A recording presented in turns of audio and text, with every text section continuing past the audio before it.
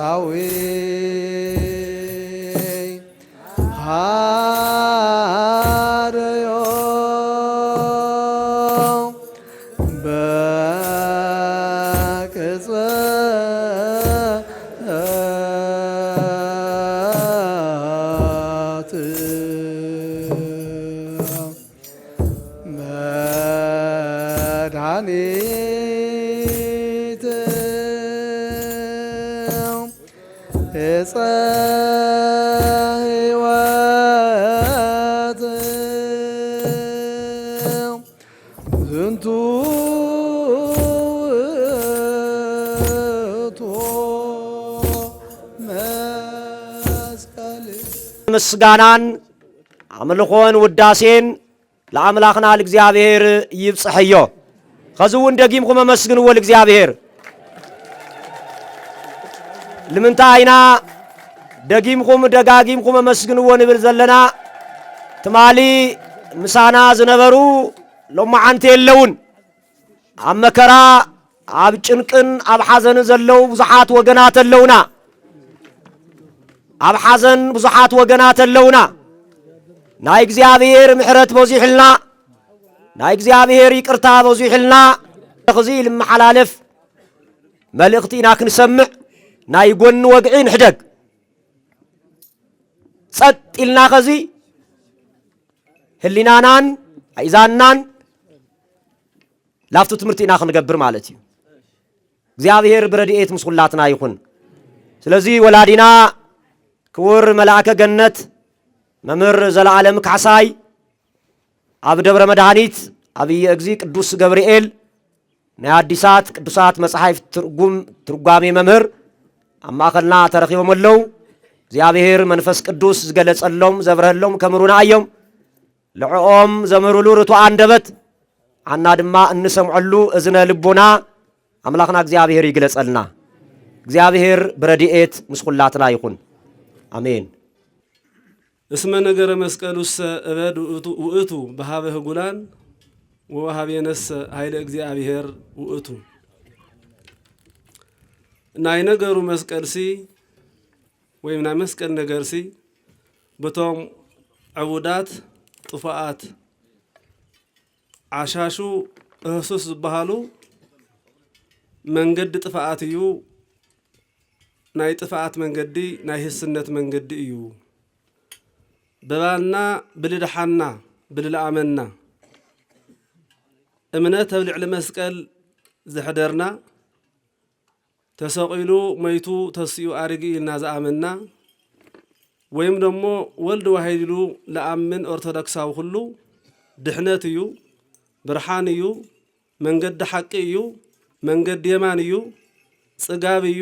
ርውየት እዩ ይብል ሐዋርያ ቅዱስ ጳውሎስ ዝቃል እዚ ተናገሮ ኣብ ቀዳማይ ቆሮንቶስ ምዕራፍ 1 ቁጽሪ 17 እስካብ 18 ዘሎ ኃይለ ቃሊ ማለት እዩ እዚ ተናገሮ ቅዱስ ጳውሎስ ብዘመኑ ናይ መስቀል ቃል ዘቃልሉ ዝንዕቁ ብመስቀል ከይኣምኑ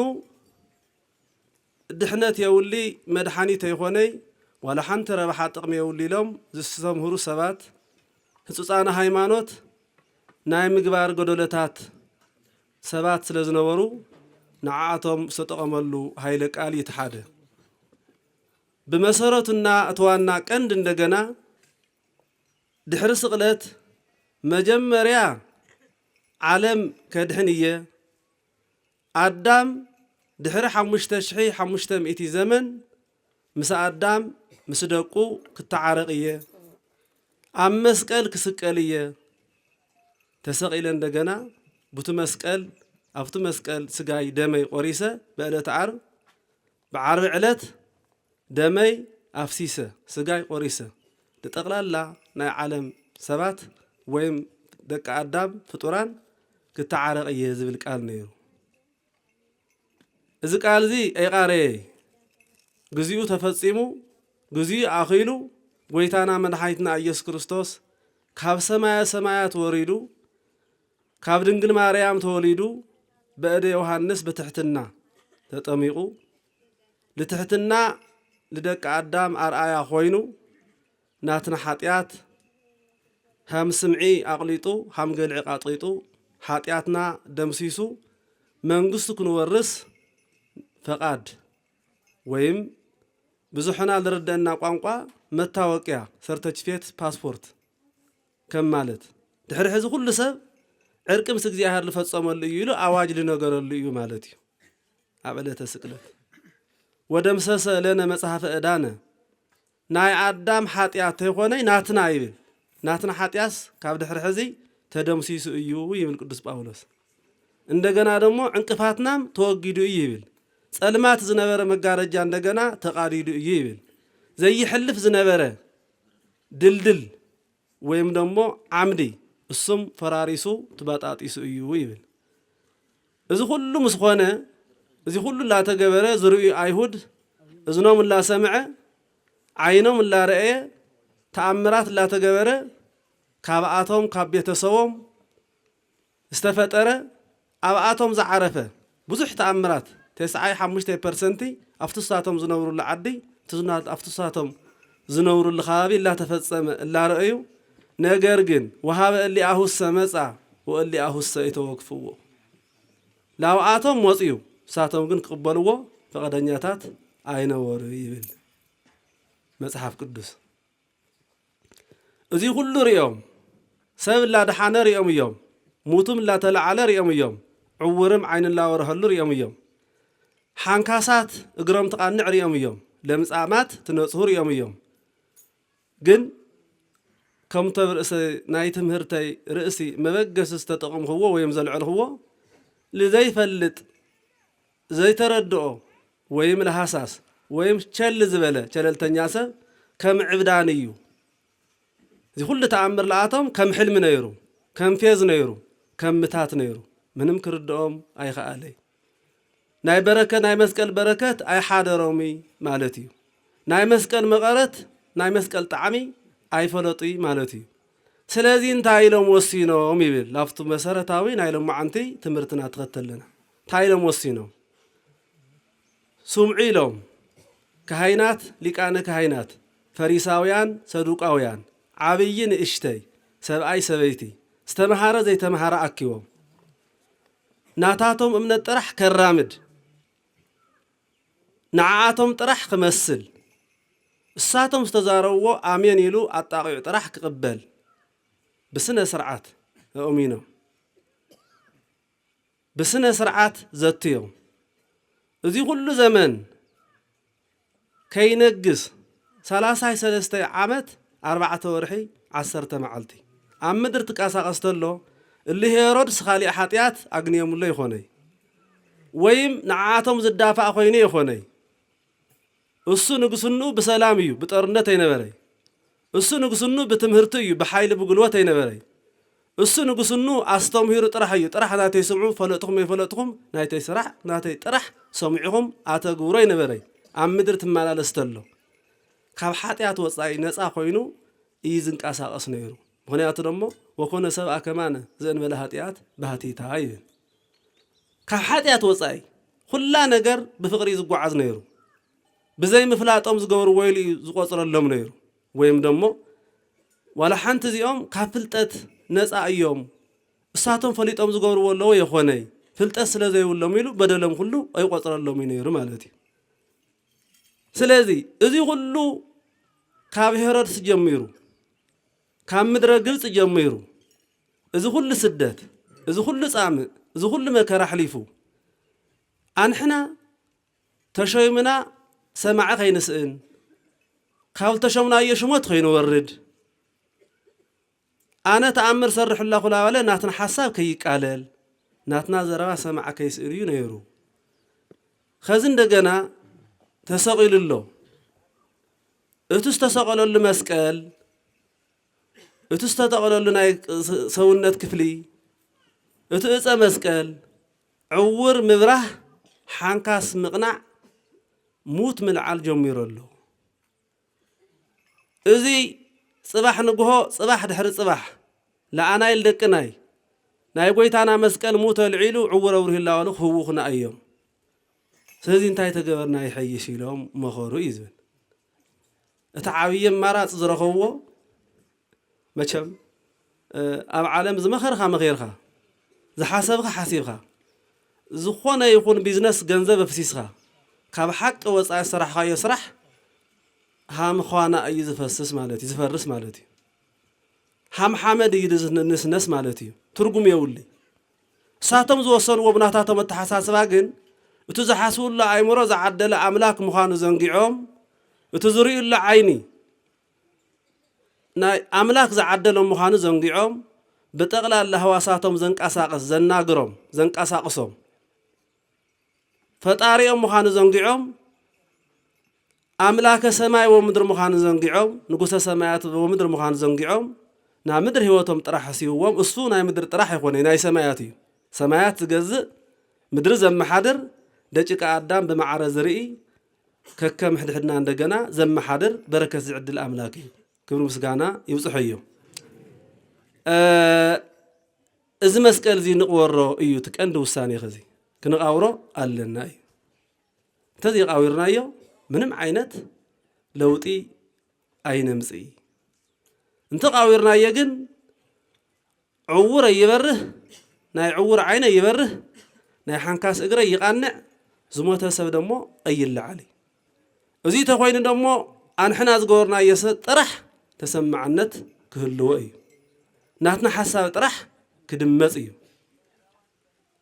ስለዚህ እዚ ክንገብር ኣለና ኢሎም ወሰኑ ይብል ታሪክ ወሲኖም ይቃረይ ኣብቱ ውሳኔዮም እንታይ ነይሩ ዝኾነ ይኹን ጓሓፍ ዝኾነ ይኹን ጎዲፍ እትዋና መሰረታዊ ቃል የላ ተቀስከድ ምስቲ ዘለና ሰዓት ናይ ሊቃውንትና ድኻም ናትኻቱ መብጽሓይ ከፍማል ኣብ ግምቱ ሽጠትየ ሁሉ ላይ መዘርዛረይ ብሊቃውንቲ ናይ ሰዓት ሕጽረት ምዃኑ ክፍለጠለ ደልየ ጓሓፍ ጎዲፍ እነፍሰሉ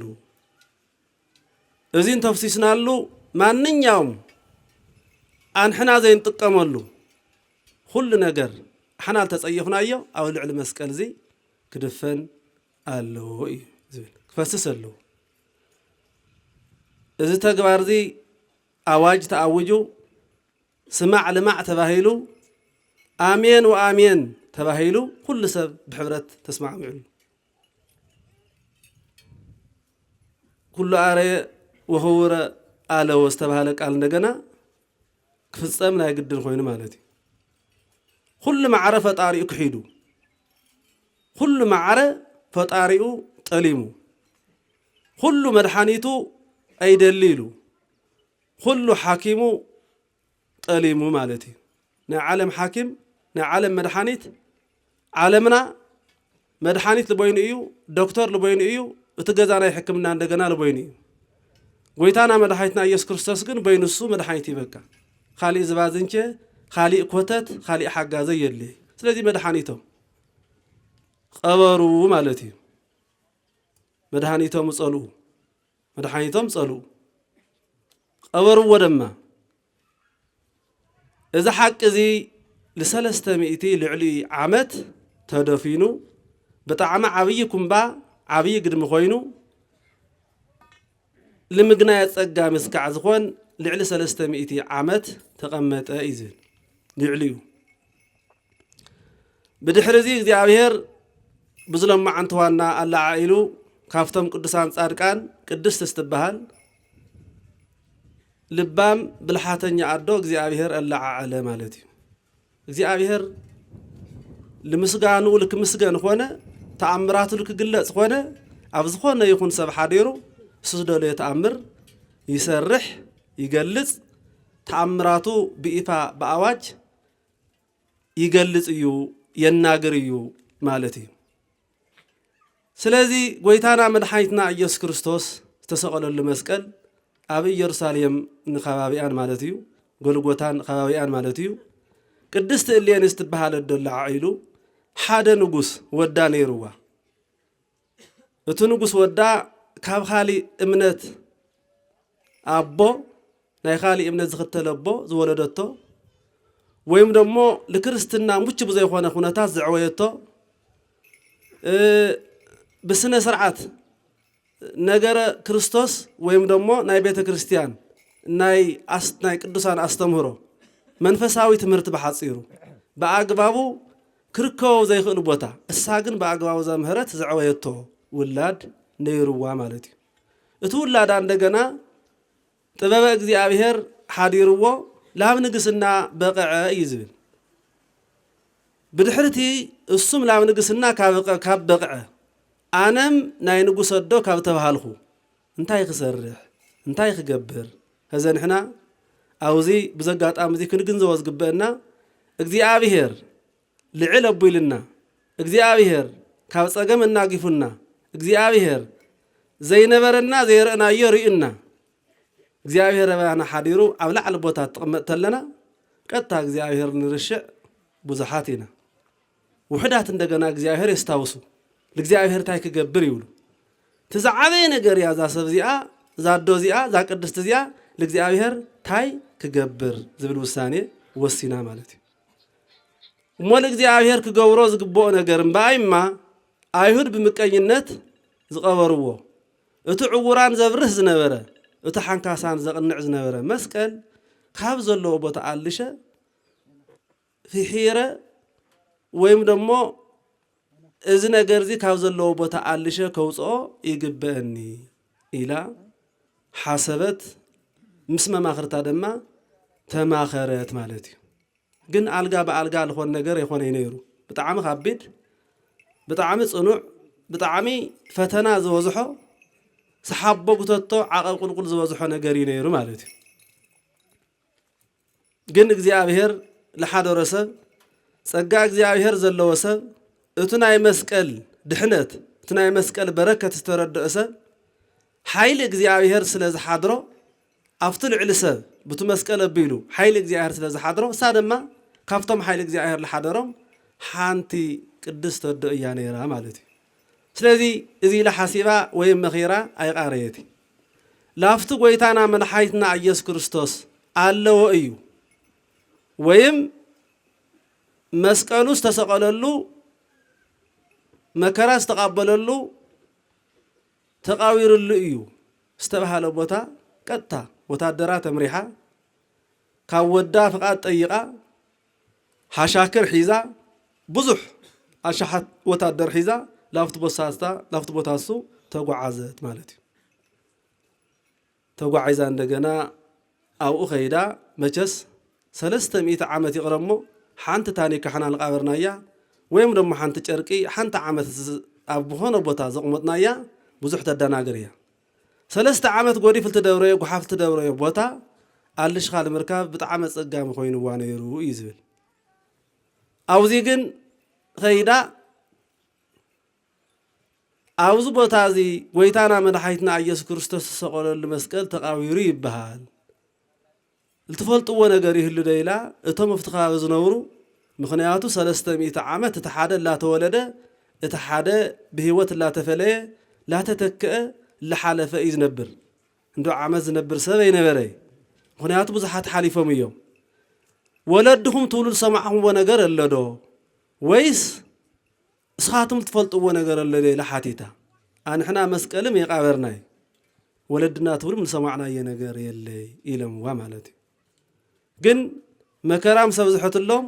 ናይ ንጉስ ወደ ምዃና ምስ ፈለጡ እመቤት ምዃና ምስ ፈለጡ ግን ምናልባች ግን ሓደ ቺራኮስና አሚኖስ ዝበሃሉ አረጋውያን ሽማግለታት ሰባት ኣለዉ ሳቶም ክፈልጥዎ ይኽእሉ እዮም አበይ ተቃዊሩ ከመይ ነይሩ ታሪክ ካብ ታሪክ ብውረድ ተዋረድ ብተወራረስ ሰሚዖም ኮኑ እዮም ለአቶም ተጠይቂ ለሐሸ ነገር ይለምዋ ይብል ሳቶም እንደገና ጠሚመምዋ ሓና ወለድና ልቃወርዎ ነገር የለይ ሓና ምንፈልጠ ነገር የለይ ብምግቢ እሳ ብብልሓት መቸ መዴታትና ብልሓተኛታት እየን እሳ ክጠቅመኒ ብትብሎ እሳ እቲ ምስጢር ክነግርኒዮም ብትብሎ ቀጻዓት አጽዓቶም ማለት እዩ ኣብ ምግቢ ጨው ብምብዛሕ ማይ ብምኽልኻል ካሊእ ነገር ወዘተ እዚ ተጠቂማ በልምባይማ አበየና ምዃና እንፈልጠ ነገር የብልናይ ነገር ግን አቦታትና ኣብዘን 3 ግድሚ እዚአን ኣብ ሓንቲአን ምዃና ይዛረው ንሰምዕ ነይርና በልዋ ይብል ድሕሪዚ ካህናት ምስኣስ ተኸድዎ ሓሻክር ሒዛ መስከረም 17 መዓልቲ ቁፋሮ ምፍሓር ጀሚራ الشعيتو نايتي ملكت ريا أبي خمزلو ولا بملو أي النصر الله ريا أنفت حيزا أو ظلم مع أنتجين مخنياتو شعيتو حيزا ملكت ريا زي عينا نحزا ملكت ريا بظلم مع أنت علت جن بظلم مع أنت علت مجاويت 10 معلتي اتكور مسكل كاوزلو استرخو العلتيلا قدست بيت كريستيان تخورو مالتي كبر مسغانا يبصحيو سلازي كوران حزب كريستيان كاوزي انتاينا نمهار قدوس باولوس اسم نجر مسكلو سبد ووت بهابه غولان ووهاب ينس هايل እግዚአብሔር ووتو سلا مسكل زي صحافه نبي سلا مسكل زي استمهره ليق سلا مسكل مكرا زي تقبله ممهر كاهن ليك هواريا يلي أنحناخه كم عبدان دينا لارنا نقعزل لنا خمزي تقمنا ويس خمز تقمنا أنحناخه كفتم عاشرينا ويمس كمتم لبامات كم مسكل تاين ربح لنا ታይ ንጥቀመለና መስቀል ታይ ዝኾነሉ ታይ ዝተገበረሉ ኢልና ዓርስና ንምርመረሉ ትምህርትን ንሰምዐሉ ተማሂርና እንደገና ኣብ ተግባር ነውዕለሉ መዓልቲ እዩ ማለት እዩ ብዙ ጋጣም ዚው ዝለማዓንቲ ዕለት ብማሕበር ኮይኖም እግዚአብሔር ዘመስግኑ ስለ ነገረ መስቀል ዝተረድኦም ናይ ክርስቶስ መከራ ብሕብረት ተረድእዎም ብሕብረት እግዚአብሔር ዘመስግኑ ነኽብረሉም በዓል እዩ ማሕበረ ጻድቃን ማሕበረ ቅዱሳን ኢልና ሰብ ተወዲኡ ማሕበር ፈጢሩ ዓለም ብዘማቻቸወትሉ እግዚአብሔር ይዝሕዝን እዞም ቅዱሳን ለማዓንቲ ነኽብሮም መስቀል እንደገና ጻድቃን እንደገና እዞም ለማዓንቲ ነኽብሮም ቅዱሳን ጻድቃን እንደገና ተወዲቦም ፈጣሪኦም ዝሕጎሱ ትእዛዝ እግዚአብሔር ዝሓለው ማሕበር ኮይኖም በለይፋላላይ እግዚአብሔር በሓደ ዓይኒ ዝረአዮም ንሳቶም እንደገና በሓደ ድምፂ እግዚአብሔር ዘመስገኑ ቅዱሳን ጻድቃን ኢና ናኽበርና ንርከብ ለማዓንቲ ሰባት ማሕበር ተፈጥሩ ተለው እርስ በርሶም መፈላላይ ይፈጥሩ ካብ እግዚአብሔር ወፃኢ ክኾኑ ይምክሩ ዓለም ናይ መስቀል ጥቅሚ ዘይተረዳ ልዕሊ እግዚአብሔር ኣነ ብልሓተኛ እየ ኣነ ጥበበኛ እየ እግዚአብሔር ብድሓር ገይርኻ ኣነ ቅድሚት ክኸውን እየ እስትብለሉ ዓለም ኢና ዘለና ኸዚ ንዓኣቶም እግዚአብሔር ዘይምፍላጦም ዓብይ ብልሓት ምፍላጦም እዩ ግን ዝተማራመሩ ተተማራሚሮም ዝፈለጡን ተፈሊጦም ልዕሊ እግዚአብሔር ማንም ከም ዘየለ 4 ነጥቢ ቅድስት ቤተ ክርስቲያን ተስተምህር እያ ማለት እዩ እዞም ቅዱሳን ጻድቃን ዚኦም ዓለም ገዲፎም ዓለም መኒኖም ዓለም ይቕረየና ኢሎም ብሕብረት እግዚአብሔር ዘመስግኑ እግዚአብሔርም ጸሎቶም ተቀቢሉ ክብሪ ሂቡ ቅዱሳን ክበሃሉ ጻድቃን ክበሃሉ ስኡልኻ ጻድቅ ዝበሃል ወይም ቅዱስ ዝበሃል የለይ ማለት እዩ እላ ጾሙ እላ ጸለዩ እላ ሰገዱ ትእዛዝ እግዚአብሔር ላኽበሩ ሕጊ እግዚአብሔር ለሓለው ዋላ ሓንቲ እግዚአብሔር ተየቀዮም አንሕና ኣብ መዓልቲ 15 ግዜ ሓደ ሻዕ ንሕሹ ሓደ ሻዕ ንሓሚ ሓደ ሻዕ ሰብ ሕማቕ ንምነ ሓደ ሻዕ ንቅየም ሓደ ሻዕ ንብቀል ኢናትና ህይወት እዞም ቅዱሳን ጻድቃን በዓመቱ መጋቢት 10 ነኽብሮም ግን ከምዚ ይኾነ ህይወቶም ካብ ሓሜት ነፃ ኮይኖም ካብ ሕሸት ነፃ ኮይኖም ካብ ጥዑም ምብላዕ ነፃ ኮይኖም ካብ ጥዑም ምስተይ ነፃ ኮይኖም ክዳን ንቀያይር ኣሓና ብልጭልጭ ክንብል ንዓና ይመችወና እንተይወሉ ስግኦም ገዲኦም ብነውሶም ምስ እግዚአብሔር ሕብረት ዝፈጠሩ ቅዱሳን እዮም ማለት እዩ እዚ ለኣ ቤተ ክርስቲያን ለማዓንቲ ተኽብሮም ማለት እዩ ጻድቃን ቅዱሳን እዚ ስም እዚ ዓብይ ክቡር ስም እዩ ምክንያቱ ምስ ሓጥኣን ተቃራኒ እዩ ሓጥእ እና ጻድቅ ተቃራኒ ቃል እዩ ሓጥእ ማለት ምስ እግዚአብሔር ዝተፈለየ ለእግዚአብሔር ዘይሕጉስ ለእግዚአብሔር ዘይእዘዝ እግዚአብሔር ዘይመስል ናይ እግዚአብሔር ሕጊ ዘፍርስ ትእዛዝ እግዚአብሔር ዝጥሕስ ማለት እዩ ጻድቅ ወይም ጻድቃን ማለት እንደገና ምስ እግዚአብሔር ሕብረት ዘለዎም ካብ እግዚአብሔር ቃል ወላ ሓንቲ መዓልቲ ዘንበልበል ዘይብሉ ዘንበል እንተወሉ ምብዳሎም ዝፈልጡ እቲ ዓብይ ጸገም ኣብዚ ዘመን ዘጋጢሙኒ ጸገም ዓብይ ዝበሃል ጸገም ተሰሓይትኻ ኣለኻ ከምዘይ ተሰሓትኻ ሙግት ሰብ ላርአካ እግዚአብሔር ላፈለጠካ ምንም የተሰሓትኺ ማለት እግዚአብሔር ይፈልጢ ማለት እዩ እግዚአብሔር ምክሓድ ማለት እዩ ምክንያቱ እግዚአብሔር ልቢ ኩላሊቲ መርሚሩ ዝፈልጥ እዩ ኣሕና ንሓሶ ኣሕና ንሪኦ ቃዲሙ ንርኢ እዩ ኣሕና ንሓሶ ልፈልጥ እዩ ናትና ንእሽተ እያ ምርምርና እሱ ግን ምርምሩ ዘይንወፅሖ እዩ በባና ዓቅሚ ዘይምጠን እዩ ዘይድህሰስ ዘይጭበጥ እዩ ግን ንሕና እግዚአብሔር ክነታልል ንምኩር ማለት እዩ ዓለም ናይ መስቀል ብልሓት ዘይተረዳ ናይ መስቀል ጥበብ ዘይተረዳ እቲ ቀንዲ ናይ ዓለም ድሕነት መሰረት ብመስቀል እዩ ቤተ ክርስቲያን ሁሉ ትሰርሖ መስቀል ሒዛ እዩ በለይ መስቀል ትጽልዮ ጸሎት የለይ በለይ መስቀል ትቆሞ ማህልየት የለይ በለይ መስቀል ትቅድሰ ቅዳሴ የለይ بحافشو بتغلالو بلاي مسكل التقروا مسوايت يلي مالتي እግዚአብሔር ይፍታሕኩም እግዚአብሔር ይባርክኩም ክብል መስቀል ዘይሓዘ ካህን ኣይኮነክ መስቀል ሒዙ እዩ ዝኩሉ ክገብር እግዚአብሔር ይፍታሕኩም ክብል ማለት እዩ ስለዚህ ኃይል መስቀል ኃይል እግዚአብሔር ኣብ ልዕሌና ኣሎ ማለት መስቀል መሳሪሕና ኮይኑ ኣማዕቲብና ሰይጣን ንርሕቀሉ ባሪክና ማዕድ ንመገበሉ ባሪክና ጸሊና ምስ እግዚአብሔር እንራኸበሉ ባሪክና ማህይልየት እንቆመሉ እንጽልየሉ እንቅድሰሉ በኦቢልና ደገና ካብ እግዚአብሔር በረከት እንቀበለሉ ማለት መስቀል ማለት መስቀል ቀንድ ናይ ቤተ ክርስቲያን መሳርሒ እዩ መስቀል ጸላኢና እንብሎ ምስ እግዚአብሔር ከፋላለየና ቃትሪ ለይቲ ልጽዕር ጸላኢ ዲያብሎስ ዘርሕቀልና ዘወግደልና ከም ሓደ መድሓኒት ኮይኑ መከላኸሊ ኮይኑ ንዓና ድሕነት استوهبنا ووهاوكم تأمرت لألا يفرهوك كما يمسطوا مقدس قسط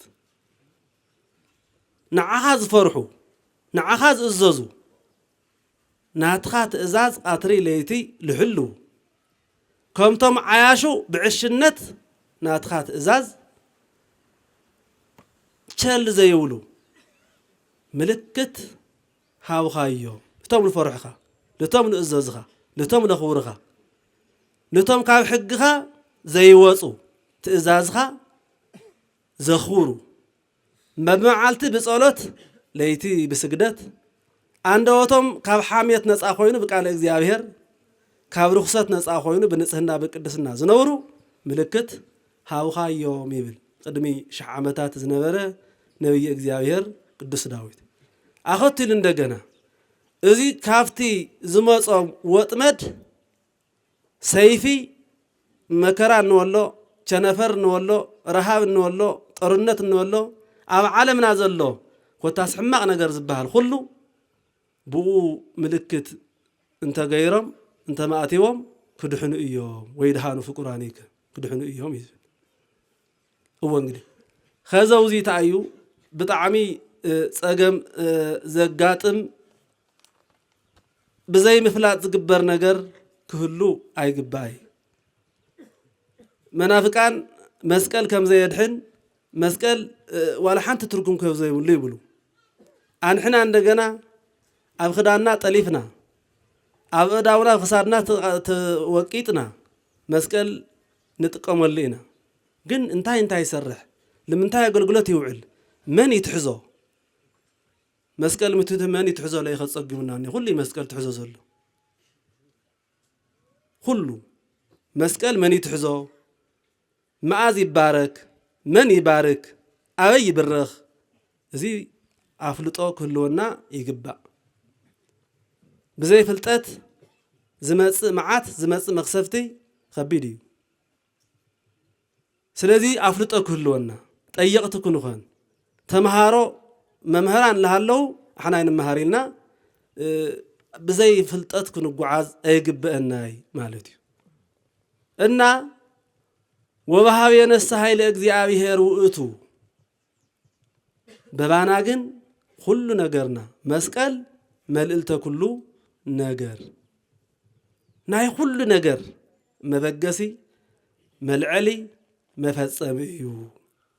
ብንአምን መስቀል ኃይልነ መስቀል ጽንዕነ መስቀል ኃይልና እዩ ጽንዕና መጽንዕና ሐጽርና ጋሻና ደማ እዩ መስቀል መድኃኒተ ነፍስነ ናይ ነፍስና እንደገና መድኃኒት እዩ ሪኢኹም በላይ መስቀልስ ድሕነት የለ ይዝብልና ዘሎ ቃል በቃል ምክንያቱ ኣብ መስቀል ተሰቂሉ እሱ ዋዕል ጎይታና መድኃኒትና ኢየሱስ ክርስቶስ ክብር ምስጋና ይውጽሕዮ ኣብ መስቀል ይውዒሉ ሊቀ ካህናት ክርስቶስ ተወለቀ ምስለ ጅጉያን ምስ ሸፋቱ ምስ ብዙሕ ዘመናት ላሸፈጡ ላዓመጹ ንብዓት ላፍሰሱ ደም ላፍሰሱ ተቃመጡ ናትና ንብዓት ክሐስስ ናትና ቆስሊ ክፍውስ ናትና ኃጢአት ናትና በደል ክድምስስ ኣብ መስቀል ውዒ ስለዝውዓለ ኃይለ እግዚአብሔር ትብሉለ መስቀል ማለት እዩ ስለዚህ መስቀል መድኃኒተ ነፍስነ አይሁድ ክህዱ ንህነሰ አመነ ወእላ አመነ አይሁድ ክሂደም ወዮም አዊረም ወዮም አየድሕኒለም ወዮም አንሕና ግን በዋአሚና ነፍስና ደማ ብኡ ትድሕን ይብል ስለዚህ እዚ ሒዝና የዘለና ወቅቲ ወይም ዘመን ጾም 40 ዓብይ ጾም እዩ ክንጸውም ኃይል እግዚአብሔር መስቀል ገይርና ከፍቶም ዓሽተ ይኾነ ከም ልባማት ከፍቶም መጭበርበርተ ይኾነ ከፍቶም ትክክለኛ ልባማት መስተውዕልቲ ካፍቶም ዘይተማሃሩ እንታይ ኾነይሲ ካፍቶም ምሁራት ኮይና ክንግነ ድልዋት ኮይና ክንጾሞ እቲ ሞኝነት እንውለለና ህስነት እንውለለና ምክሓድ እንውለለና ምቅያም ምጽላእ ምሕሻው ምጭብርባር ዘይናትኻ ምድላይ ምስራቅ ምዝማት እዚኦም ካብ እግዚአብሔር ወፃእ እዮም ምስ መስቀል ከራኽቡና ይኽእሉ ኃይልና እግዚአብሔር ከቡልና ይኽእሉ በተቃራኒና ንጓዓዝ ዘለና ማለት እዩ ስለዚህ ካብ እግዚአብሔር ተቃራኒ ተኮይና ሰብ እግዚአብሔር እንድሕር ዘይሓደሮ መዋዕል ምሕዳር ኣይኽእል ምንቅስቃስ ኣይኽእል ባዶ ሪሞት ባዶ ቀሓይ ማለት እዩ ስለዚህ እግዚአብሔር ከሓድረና እቱ ዝኣዘዘና ክንፍጽም እቱ ዝሰርዕልና ሕጊ ፍጽም ይግበአና ማለት እዩ እና ብዝሎማ ዓንቲ ዕለት ነገረ መስቀሉ ኢልና ንሓስቦ ማለት እዩ መስቀሉ ተረኺቡ ንሓስቦ ምርካብ ተረኸበ ካብኡ ኸታይ ተረብሒና ኢና ንብል ካብኡ ታይ ንጥቀመለና ንሕና እወ ጸላእያ ሰናያት ነርሕቆ ኣለና ዶ ኣብ ውሽጥና ዝሓደረ ጸላኢ ዘቀይመና ዘጻልአና ዘጻርፈና ዘናደና እርስ በርስና ዘባልዕና በዛይ አግባብ ዘሰስዕና እተሓደል ጸሎ እተሓደ ብጎጥ ይኹን ብኸባቢ ብሰፈር ይኹን ብመንደር ብጥቕሚ ይኹን በዘይረብሕ ብርካሽ ገንዘብ ዘታለና ነገር መስቀል ሓጹር ገይርና መስቀል መድኃኒት ንገይርና ንጥቀመለና ደብረ ባሓ ነውዕለለና ዶ አውዚ ምምጻና ትርጉም የውልይ እዚ እንተገይርና ኢና መጺና በረከት ክንረክብ ንኽእል እወ እቱ ዘፍሰሰ ደም እሱ ዝቆረሰ ስጋ ለአና ድሕነት እዩ ለአና መድኃኒት እዩ ንጥቀመለለና ዶ እዚ ተተጠቂምና አሉ አውጺና ኣለና ምስ እግዚአብሔር ዕርቅ ፈጢርና ኣለና ምስ እግዚአብሔር ሕብረት ኣለና ኢልና ክንጓዓዝ ንኽእል ኢና ዝተኣዘዝናዮ ዘይንገብር ቆረውቱ ይህልና ዘይንቆርብ መጽውቱ ይህልና ዘይንምጽውት ተፋቀርቱ ይህልና ዘይንፋቀር በሓድነት ተጓዓዝ ተበልና ክንፋላለይና ክንባታተንና እንብል እንድሕር ኮይና ናይ መስቀል ክብሪ ኣይተረደእናይ ማለት እዩ ኃይል እግዚአብሔር ምሳና ያለይ ማለት እዩ ስለዚህ እግዚአብሔር ኃይል እግዚአብሔር ምሳና ኮን እዞም ቅድም ዘርዘርህዎም ተግባራት ክንገብር ቅዱስ ፈቃዱ ይኹነልና እወ ጾም እቲ ጾም ተለና ምጻም ጥራሕ ካብ እኽሊ ማይ ምዕቃብ ወይ ምኽልኻል እስተወሰነ ሰዓት ካብ እኽልለ ካብ ማይ ለርሒቕና ምጽናሕ ጥራሕ እንታይ ኾነይ እልነማልኦም መስፈርትታት ኣለው እቲ አንደበትና ከምቶ አንተ ወዘልኽዎ እሩም ክኾን ዓይንና ክጸውም እዝንና ክጾም እንቅስቃሴና ላበይ ንንቀሳቀስ ለቤተ ክርስቲያን ዶ ወይስ ላብ ጭፈራ ላብ ዳንስ ቤት ለቤተ ክርስቲያን ዶ ወይስ ላብ ዓለማዊ አዳራሽ እዚ ፈሊጥና እንተ ጾይሙና ካብቲ ጾም ተረባሕቲ ተጠቀምቲ ንኸውን ኣለና ማለት እዩ እዚ ተዘገየርና ግን ብጣዕሚ አሸጋሪ እዩ ዝኸውን ማለት እዩ ስለዚህ እግዚአብሔር ለቶም ዘይተረድኦም ህስነት እዩ ንዓና ወይም ጥፋኣት እዩ ንዓና ግን ኃይል እግዚአብሔር ድሕነት መሰረት እዩ ማለት እዩ ዝናይሎም ዓንቲ ትምህርትና ኣብ ጾምና እንትጸውም ተለና ብዘጋጣም እዚ ሓንቲ ታሪክ ነገረኩሞ ትምህርተይ ላጠቃልኩ ከዲ ሽፍታ ትፈልጡ ኢኹም ኩልኹም ሓደ ብጣዕሚ ዳዊት ለደጋሚ እየ ዝብል ጾምለ ጸዋሚ እየ ዝብል ነይር ሽፍታ ኣብ ጫካ እዩ ዝነብር ሓሻክር ኣለዎ ሽፍታ እዩ እዚ ሽፍታ እዚ ዳዊት ላደገ መጋጣሚ ጾሙ ለእዩ ነገዴታት ክሓልፉ ብኡ እቶም ሓሻክሩ ጎይታይ አቤት ነገዴታት ይሓልፉ ኣለዉ ተቆሖም ክንዘርፎም ዶ ህዝብ ብምልክት እወ ኢሉ ክሳዶም ከምዚ በጥስዎ ይብሎም በጥስዎሞ ዝረፍዎም ይብሎም ብምልክት ይነግሮም ዘሎ ከይናገር ጽልሎ ጾም ለእዩ ግን ብምልክት ከምዚ ገይሩ ኢዱ ከምዚ ገይሩ በጥስዎም መግድፍዎም ይብሎም ማለት እዩ እዚ ደ ጸሎት እዚ ጾም እዚ እግዚአብሔር ይቅበሎ ዶ ይቅበሎ ኣንሕና ከበዘመና ክንደይ ሰብ ንሕዝን ክንደይ ሰብ ነብኪ أستفلالي سلطان أستفلالي معرق نيشتي جزية رخيبنا إلنا نيشتي إنجرا رخيبنا إلنا نيشتي فلتات حزايلنا خندي سمن حزز خندي سمن النادد جن داويت ندقم جن صومنا نوعين زي صومتي بوقية اللورة نقول نبالو ولا يولي يولي وقت مجزاوي هرزي فلوت يتسقو يولي يبقى مرسو سلازي كاوزي ناس أخوينا لجزاهر ملو بملو كابنا ماتنا مدلاي كابنا ماتنا مكيام كابنا ماتنا مكلال كابنا ماتنا من الشاو ناس أخوينا لجزاهر راح تجزأت أخوينا كنصومو يجيب مالتيو زاهر أملاكنا كي ينوح مغنياتو لا تسكف زارف زلخو زمهر زلخو سنن نمرنا زاهر أملاكنا زخابر استمسكيون يكون انتو مسكن الادام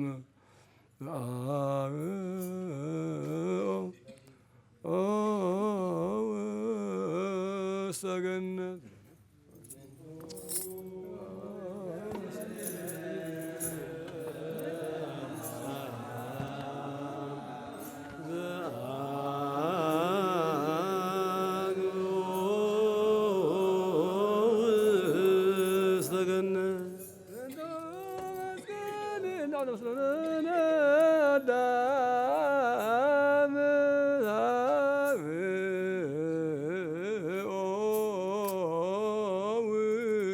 استغنى